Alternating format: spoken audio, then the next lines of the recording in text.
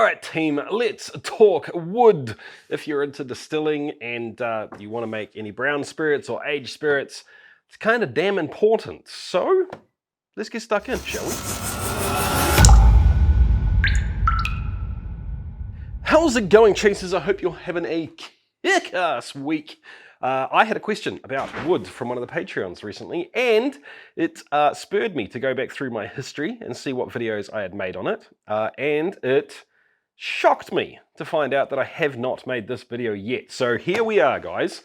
You can think of this video as kind of an overview of wood for the home distiller, and if there's enough interest in this video and people are into the topic enough, we can look at going deeper and perhaps even look at getting a podcast set up with some professionals that could help us answer some real nitty-gritty questions, and I'll be able to learn a whole bunch of stuff from them as well. That'd be cool. Let me know down below if you're into that. With that being said, let's get stuck in, shall we? The first thing I want to talk about is the type of wood. And the reason I want to talk about this first is because it is hands down the most common question I get about wood. What sort of wood should I use? Can I use this wood? Have you tried using this wood? So on and so forth. So let's get the giant elephant in the room out of the way first, shall we? That is this stuff here, which is American white oak. I don't know why I'm showing you this, because there's no way that you can tell what this is by looking at it. But you know, this is YouTube, a visual platform. But anyway, American white oak is definitely the elephant in the room. I think anyone that's sort of got this far into the hobby is going to know about it. But the point of this section is to mention that there are other kinds of oak you can use, and the ones that are out there, tried and true, both on the hobby level and on the commercial level, French oak and Hungarian oak. And I need to say right away that there is a pretty solid argument to be made that the exact location that the tree is growing, the soil conditions that it's growing in, the environment around it, all of those things are probably going to play a bigger effect on the actual outcome of the spirit that you make with that wood than the exact species of wood itself. So it's kind of a case of, unless you know where the wood's coming from and it's coming from a somewhat standardized, or at least kind of open and transparent source, some of the stuff doesn't matter. Going into the specifics of each of these different types of oak could be, to be honest, an entire podcast by itself. So this is one of those things, if you want to hear it, chuck it down below. But there's a whole world of experimentation happening out there in terms of other different kinds of woods, especially in the home distilling world, because we're not limited to woods that will create a watertight barrel. You know, we can put staves inside of glass and so on and so forth.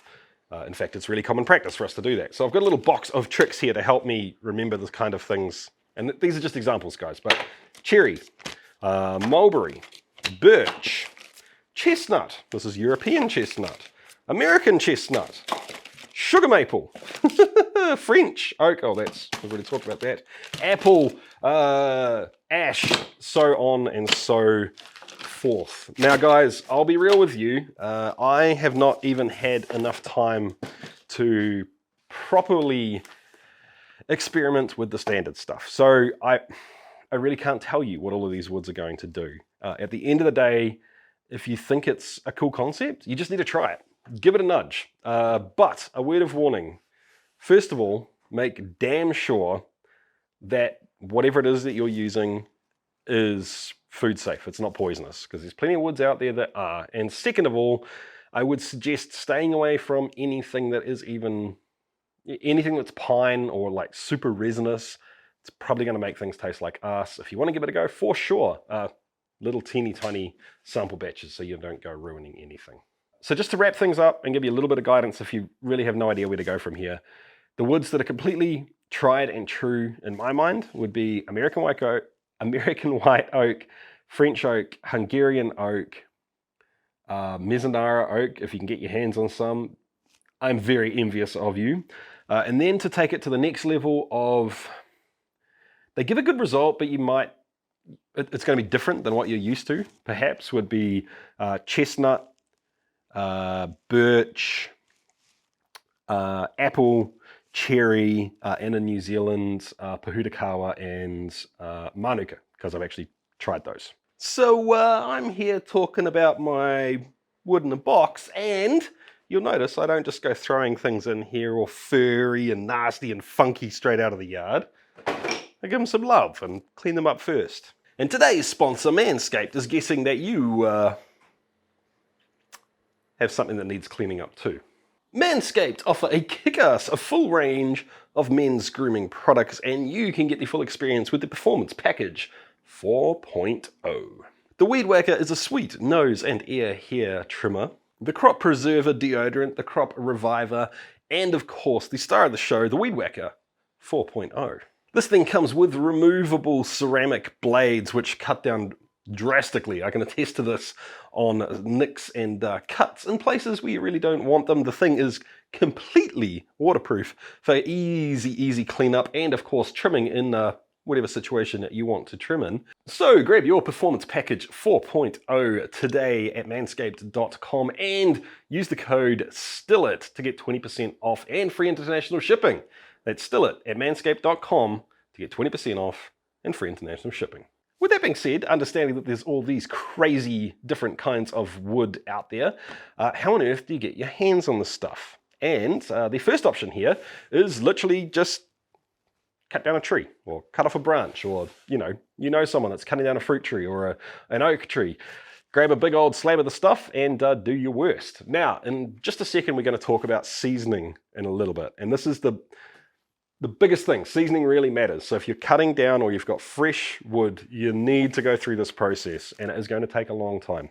Like, in my mind, a year minimum, probably more like 2 years. But it does mean that you can get your hands on all sorts of crazy different woods. You know, you could try cherry and apple and all sorts of different things. So that's a great idea. Another option is to go to the lumber supply yard. And the reason for this is if you're in little old New Zealand, for example, you're not going to be getting French oak. And even if you are cutting down a French oak tree, like we talked about before, the conditions that thing grew in was going to be a whole lot different than the French oak, than like this barrel was grown in. Huge disclaimer right up front. If you're buying wood that was intended to be used for carpentry purposes, you need to make sure that that stuff has not been treated, because, I mean, it's pretty damn hard to find oak in that kind of scenario, especially in a place like New Zealand that hasn't had the bejesus sprayed out of it when it comes in on containers to make sure that it's not bringing pests and introducing stuff to New Zealand or whatever country you're in that you don't want. Please, guys, be safe. Also, on this note, more often than not, that stuff is going to be kiln dried or even yard dried, but yard dried in a different way to than what we need in terms of seasoning. So you're still probably going to want to go through the seasoning process we're going to talk about a little bit in a second. The third option is to go to the homebrew store and buy something like this. Or like this, or like this. And most of the time, oak is going to be what you're getting from a homebrew store, and damn near all the time it's going to be stuff that used to be a barrel. It's probably going to be, honestly, on average, a Kentucky bourbon barrel. It's almost always going to be an something American barrel, because there's a buttload of them and they need to do something with them. In my mind, most of the time, unless you're wanting to use a completely different type of wood, like say cherry, wood that is kind of crappy or average, but it was intended to be used for making whiskey, is going to be better than wood that wasn't intended for that purpose, for the reasons we've mentioned before. So personally, if I have the choice, like when it comes to oak, I would rather use something that used to be a barrel than, some random stuff from the lumber store or cut down out of the yard. That's my preference. But it is pretty damn expensive for what you get. The next option is to pretty much buy exactly the same stuff, but from a smoking supplies store. For whatever reason, here in New Zealand, that tends to be a whole lot cheaper. I prefer chunks like this. Let me take it out so you can see. You can get chunks of barrels. Sometimes they're varying different sizes. I prefer to work with chunks. And you can also get the chips. This is not from a smoking place, but you get the idea. In my mind, it's pretty much exactly the same stuff that you get from a home brewing store. Another option, and a much more cost-effective option, is to do the work yourself. And I don't have a whole barrel, but buy a whole barrel or a half barrel and break it down yourself. It's pretty easy, and depending on where you are and how common barrels are in your area, it can be ridiculously cheap through to relatively cheap. And you even have the option of getting different things, you know, like wine barrels or bourbon barrels or so on and so forth. And of course, the last option is to buy something that is purpose-built for aging in, like this barrel, which is just outside of camera here. That is a French oak barrel, or something like this from Badmotivator, which is, I'll make a video on these things in a little bit so you can understand more. They're really cool. I'm just getting into using them, and I want to use them more. Oh, by the way, guys, I'll be putting links for a bunch of the stuff down in the description below if you're interested. This guy will ship internationally. The other stuff, I can't make any promises. So, assuming that you've got hold of some oak that wasn't already used for a barrel, so, you know, like literally a barrel itself, barrel staves, chunks of barrels, or, you know, a purpose-built barrel, you're going to want to season it. What is the deal with seasoning it? I mean, this is another huge freaking topic. So if this is something that you want to know about, guys, comment section. I'm going to give you the real quick down and dirty here and now. The long and short of it is that it is just going to taste better. It's going to be so much better in terms of a final product. How do you actually season the product? Here's a little example, actually. So here's a piece of oak that has not been seasoned. It is exactly the same as these pieces of oak, which have been outside being seasoned. I just grabbed them in for this video. And the idea is that you want to stack them outside in a way that allows both airflow and for them to get wet. So, you know, something like this, or you could, you know, if you've got lots more, you can stack them up. You get the idea, right?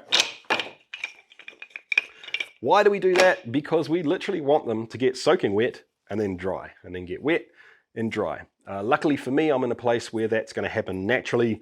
If you live somewhere where it just doesn't rain, or rains very seldomly, you could go out there and perhaps, I don't know, like whatever, once a month or something, hose them down with a hose, let them dry out again. These have been out there for about 6 months, and they're starting to look a little bit weathered. In my mind, at a minimum, probably aim for a year. This, to be honest, is quite small diameter wood, so I might just do this for a year and then be done with it. Normally, I think it would make sense to be doing, you know, stuff like this, just in terms of efficiency, and in that case, definitely a year, probably more like 2 years. It's going to come in looking pretty gnarly and potentially furry and crazy, so it's probably a good idea to just knock off the outside edges and then go from there. Now we need to talk about toasting this stuff and charring this stuff. So at this point in time, we've pretty much caught whatever wood we had up to this level, which may surprise some of you because this stuff has already been toasted and charred, right? Yes, it has. That is correct. But when this was toasted and charred, it was done so in the situation of it being a barrel, right? So it's a cohesive unit all the way around, and the toasting and charring is coming from the inside of the barrel, hitting the inside most layer of the barrel. I hope that makes sense, right? So what I'm saying is this side of the barrel got no love at all. None. This, on this side, is basically just virgin oak. It hasn't been toasted, it hasn't been charred, and it hasn't had any influence from the spirit. So, by the time you knock these down into little staves of perhaps, you know, a size of something like this, the treatment that this barrel had originally, when it was first used to make whiskey, is going to be pretty much negligible. Once again, this is a giant freaking topic, and you can spend a whole lot of time talking about it. But my suggestion would be to treat toasting and charring as two different things in two different processes. I tend to toast my wood in the oven. In fact, I've got a really old, kind of embarrassing from my point of view and production values and all that sort of stuff video that you can check out over here. General idea is whack it down into pieces, you know, somewhere between this size and this size, wrap it in tin foil and whack it into the oven somewhere between, I don't know, 150 and 250 degrees Celsius, depending on what you're going for, I don't know, 30 minutes to an hour. And to char it, you're going to want to use a naked flame. This tends to be my tool of choice. This is a MAP gas torch. To be honest, this is way freaking overkill. And I need to turn this down to the point where the tip is about to damn melt to be usable. So I should just get a standard blowtorch for it. But you can totally do it, you know, over a barbecue or anything like that with an open flame. I know this is really, really freaking frustrating for those of you that are new to this and you're like, just tell me what to do so I can get stuck in. But the level of toast you use and the level of char you use is going to affect things significantly, and it depends what you're going for. This is like another 15 minutes worth of talking just on this topic as well. So once again, let me know what you're interested in down below. I can't remember if I've done a video on charring. If I have, I'll link it. So like I said, I split the toasting and the charring into two different processes.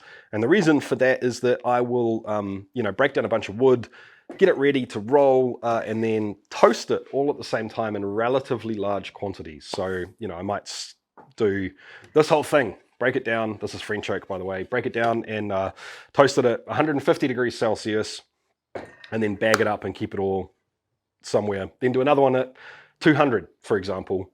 Bag it and keep it somewhere.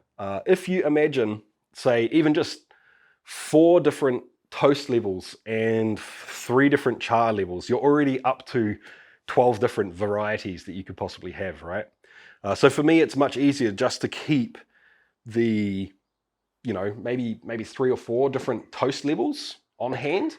And then, so here's an example, 220 degrees toasted by me, and 120 degrees Celsius toasted by me. I'll keep bags of these around. I'm running low. I need to make more. But then I can whip this out when I need to use it, because I love whipping my wood out. And then, you know, char it. Obviously not on a wooden table, you muppets. To the desired char level as needed. What about storage? Do I have a specific system for that? Kind of. I tend to keep all of the unprocessed stuff just stacked in the corner over yonder. And then this is my little box of wood that I keep on hand that is, you know, pretty much stuff that is ready to be thrown into a spirit. You know, I can grab it, I can move it around, I can fish through it, find what I need, and whack it into the spirit. And I also use this for reusing products. So quite often you will find that you want to use secondhand oak, for example. And I will just keep little baggies from stuff that has been used in other products. So this is 2 pieces of French oak and 1 light toasted oak that was used for 1 month in an FFV. Teddy Sad's fast fermenting vodka. Am I going to use this in something else? Don't know, but it's here if I want it. French oak with a medium plus toast, and it has been sherry infused, which is pretty damn cool. I didn't make this, someone else did, and it is going to be coming up in the video very, very shortly. How do I do that? If it's been used in a spirit, I'll fish it out of the spirit when it's time to take it out. I normally let it kind of dry and evaporate for probably about an hour, and then whack it into some baggies and close it up nice and tight. I don't want, like, you know, 50% ABV kicking around in here. But with stuff like the sherry, or I've got red wine aged oak, for example, I will normally actually take probably about 3 or 4 tablespoons of the liquid that it's been in and put that into the bag as well, just to keep that flavor a little bit more fresh. I'm cool with that at sort of up to 25% in a plastic bag. That's your call. All right, guys, we need to say a huge, huge thank you to the Patreons. Thank you so much, guys. And I need to say a real big extra thank you to a specific Patreon who I don't know if actually wants to be named. So you know who you are, and thank you for giving me the topic of today's video, man. I thoroughly appreciate it.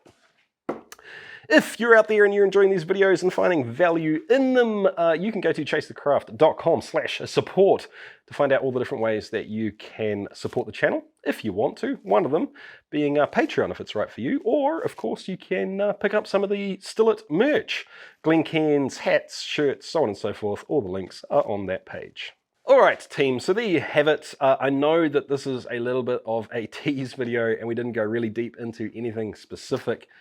But this is just one of those things, man. It's one of those hobbies where you can't go into a broad topic in a specific way. There's just too much information. So, like I keep saying, if you want to see anything specific coming up in a video or a podcast, hit it in the comment section down below. And if you've enjoyed this video and you want to see more of them, hit the thumbs up button. That helps me out a whole lot. Hit the subscribe button and ring the notification bell down below. And I'll catch you next time, guys. Keep on chasing the craft. See ya.